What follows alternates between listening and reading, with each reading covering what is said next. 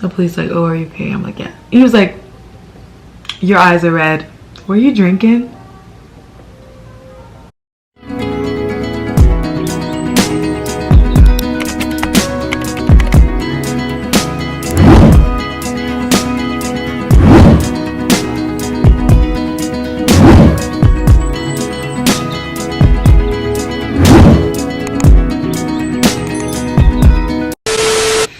Hey guys, welcome back to my YouTube channel.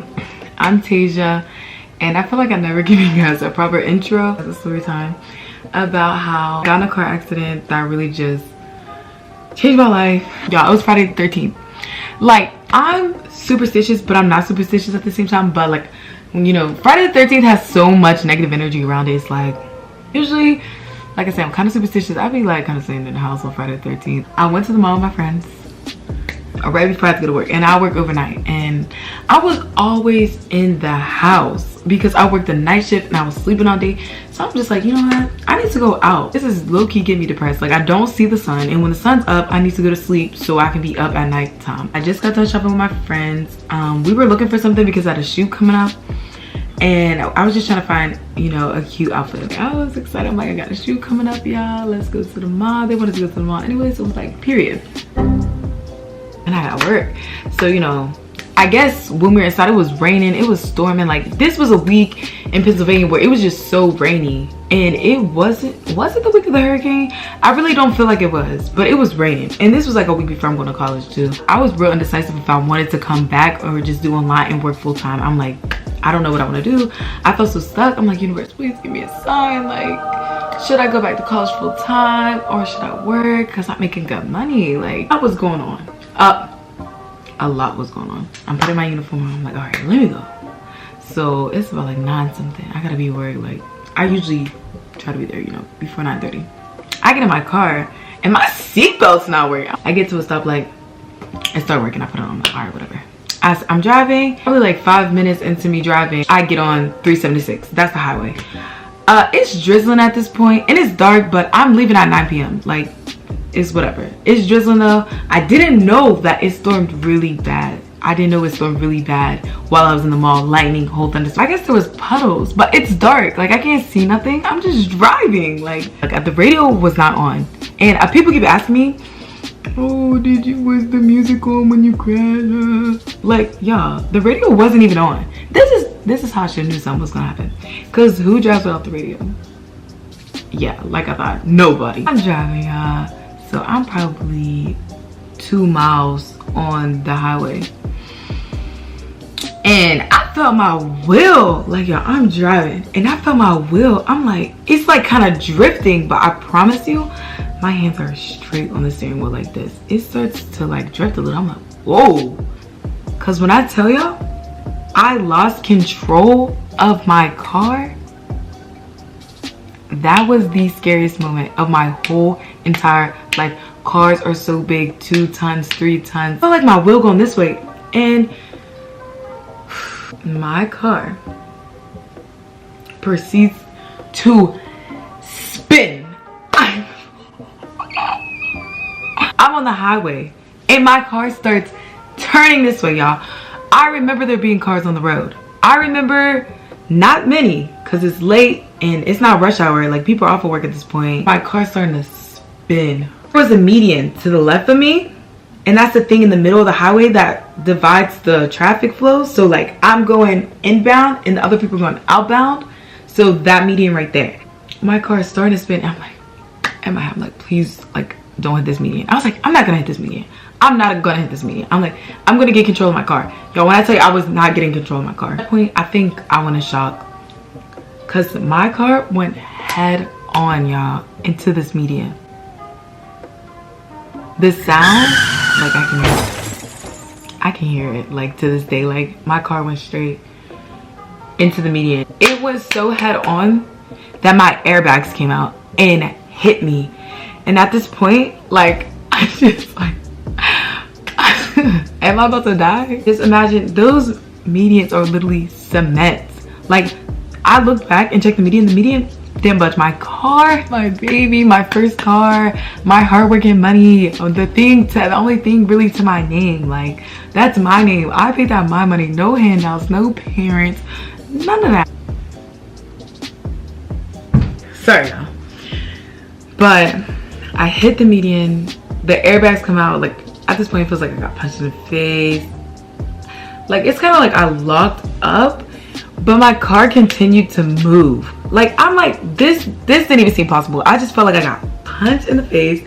Like, when I tell you, felt like Mike Tyson punched me in the face. Like, I thought it was over. And I don't know how my car still kept spinning to the point it spun again.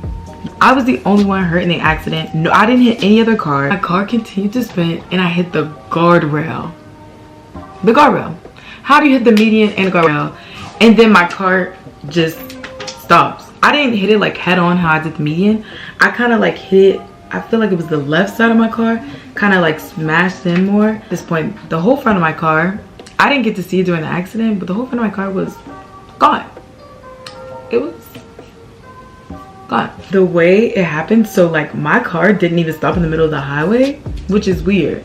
I've seen so many scary like highway stories where like one person crashes and they all crash into them, but when I tell you I got lucky, this is literally the busiest highway in like the city I live in. Like the busiest highway. Like when I tell y'all it was luck, God, the universe, Buddha. My car was on the, like, you know the little line where the bump parts when you're like drifting too much, the sound goes. Well, it was that part. So like my car was like a little bit in the lane, but it was more towards the white line on the bumpy part. That I'm just sitting there. I'm in shock. This is a dream. Like, this can't be happening. Not my car, not me. I hear about this in the movies, but me, like my brain turned back on like after I guess I got out of shock. Like I was still in shock, but I guess like my common sense like kicked in. I'm like, get out. Like my car's smoking, y'all. Like I just remember like feeling like this part of my face didn't work and like I was in shock, so I'm like shaking. And I just remember unbuckling my seatbelt and it's like hard. Like I'm like, oh my God, like I can't get out. And when I tell you the car's smoking, this stench, to this day, if I smell it, it takes me back. It was like this stench of like just car parts, car smoke. It was just, oh my God, it was just so strong. So I finally got my seatbelt off and I just remember my legs being like stiff and like I'm like, oh my God, I gotta get out of my car. Like my car's gonna blow up. Like I have to get out of my car.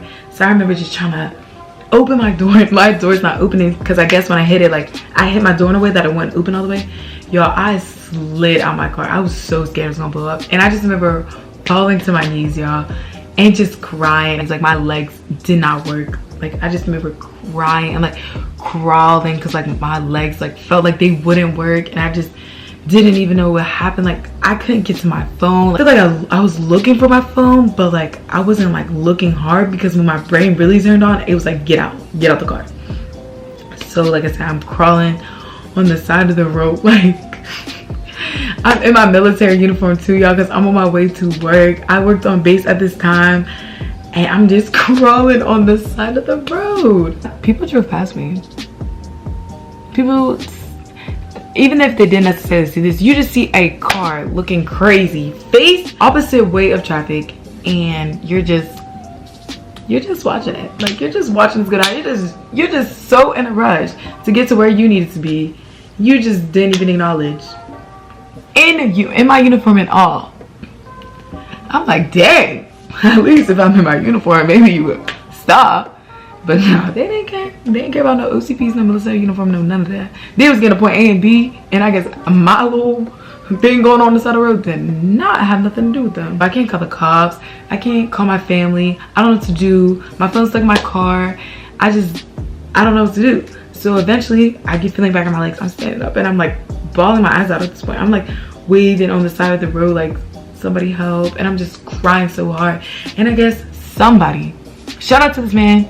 And if he sees this, I know at the time I was crying and I was trying to say thank you and I was trying to really be appreciative, but I was so in shock that, y'all, this man, God bless you in your soul and you're really a great person. tapped on the back of my shoulder, and I'm having a panic attack at this point because I'm slowly coming to terms with what just happened, and I feel like I felt bad, but my adrenaline was pumping. I didn't feel as bad. I just know my hand, like, I cannot move my fingers. Like, my hand hurts so bad. They're like, oh my god, are you okay? What happened? Oh my god, sit down.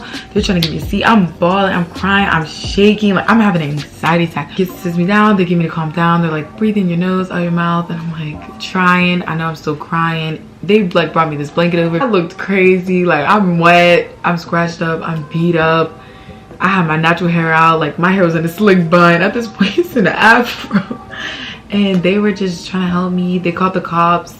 Pretty much the cops came, and they were kind of rude to the people, and I like didn't really appreciate that, because the people are the only people who actually went over and tried to help. I know during the time the people who pulled over, somebody else tried to pull over, but somebody already did, so it was kind of like a little late. But y'all, out of all those people on the highway, the busy highway, 2 people pulled over. Humanity's Defense was like, oh, y'all can leave now. I'm like, damn, like, these people just help me. They're like, y'all can go, y'all can go. They're just asking me questions. Are you okay? Is anybody with you? Is anybody else hurt? You know, the protocol they usually do. Like, no, I'm trying to answer the questions. I'm like, no, I'm crying still. They're like, oh my god, do you want to go in the ambulance? I know y'all see my face. I know y'all see my hand. I know y'all see my car. I'm like, all right, you know what? I'm like, yeah. Because at this point, I'm like, I don't have my phone. I'm like, can somebody get my phone? Like, I don't have my phone. Like, my family doesn't know. My job might be calling. Like, at this point, I'm not there when I'm supposed to be there. And then my job in the military, I can't just call off, hey, I won't. Like, no. Like, I need to be at work. So, I don't know why the heck I was thinking about work. But I was thinking about work, y'all. I'm like, oh, my boss. Like, I need to call my boss. I'm like, I need to call my family. So whatever, we get in the ambulance, the police get on scene. They hand me my car and all my gear out the car, and the police like, oh, are you okay? I'm like, yeah. He was like, your eyes are red. Were you drinking? This is a joke. I'm crying, I'm having anxiety attacks. My car doesn't look like a car at this point. And were you drinking tonight? The audacity of this man to ask me if I was drinking. I said I was crying, as anybody will who was in a car accident, a bad one at that. I was like, I was crying. And he's like, oh, okay, because your eyes look red. Say, that happens when you're crying. The way police officers, when it comes to black people, react differently. No, I wasn't drinking. No, I wasn't smoking. No, I'm not under the influence. Yes, I'm okay. Shit. You didn't ask me if I was okay, but whatever. I end up getting to the hospital, and they're just asking questions. Your hand, blah, blah. I call my best friend. I let them know at least what happened, and they're like, oh, we're glad you're safe. Oh, yeah, one thing on the ambulance ride I forgot to tell y'all. I'm like telling them what happened, and they're like, oh, so your car was like a ping pong, the way you were hitting back and forth to the medians. I'm like, boy, if you don't get, is anybody gonna take me serious? Like, wait, y'all, because when they said that, I was like, does this look like the time to be joking? I almost died. If I didn't have my seatbelt on, I would have went through my windshield. Like, the way that I wasn't taken serious during this, like, really still to this day don't sit right with me. And I really understand how a lot of black women die in the care of doctors, because they were not really taking this situation as serious as I wanted them to. And I feel like I needed somebody to comfort me, not really make jokes. But I mean, like I said, another topic. I did a lot of x-rays. I mean, I feel like they were really thorough. They wanted to give me overnight, but they just waited like some hours and gave me multiple x-rays just to make sure I was okay. They actually realized that a part of my lungs collapsed. They said it was nothing to really be serious about. And I forgot to mention that when I was on scene, my chest hurt, but I just thought it was because I was having an anxiety attack. But I guess my lungs, like, they said it was a little part, nothing crazy. Did collapse. I did make a TikTok and ended up going viral. Yeah, why did my TikTok end up going viral? You just follow my TikTok right here. Go like it. Go watch it for yourself, because it was funny. And it was actually more funny that it went viral. Remember in the beginning I was like, I was trying to decide if I wanted to go work full-time or go back to college. I made my decision. My job, they're like, oh my god, I'm so sorry, are you okay? Blah blah. And I'm like, yeah, you know, I'm really thinking they care about me. Not everybody has the same heart as you, because they're like, oh, we'll give you this weekend off. In the back of my head, I'm like, this weekend off? This weekend off? This kind of sounding weird, but I'm thinking maybe they're, oh, you got the weekend off and then we'll talk Monday. You have to come into work. I'm like, I don't have a car. How am I gonna get into work? The whole time when they were checking up on me, it was just to make sure I was good to go into work. Because at this point, they start trying to set up rides for me to go to work. Okay, you know, you only got like 6 more days, like busted 6 days out. And I'm like, just in a car accident, I almost died. They were trying to get me to work these last 6 days. And it was just like, they didn't even care. And I knew right then and there when they were trying to get me to work, send me up rides, when I'm not even okay mentally. My wrist is sprained. I have a black eye. Like, I heard my lung collapse, and the first thing they're talking about is getting to work. My decision was immediately made. When I realized they didn't really care about like my mental state and my mental peace, that's not worth it. Don't ever choose work over your mental health, your peace of mind. Thanks for watching my video, and make sure, if you didn't already, subscribe, like, and comment down below. And if y'all had a bad job experience, you can comment that down below too. Other than that, y'all, thanks for watching.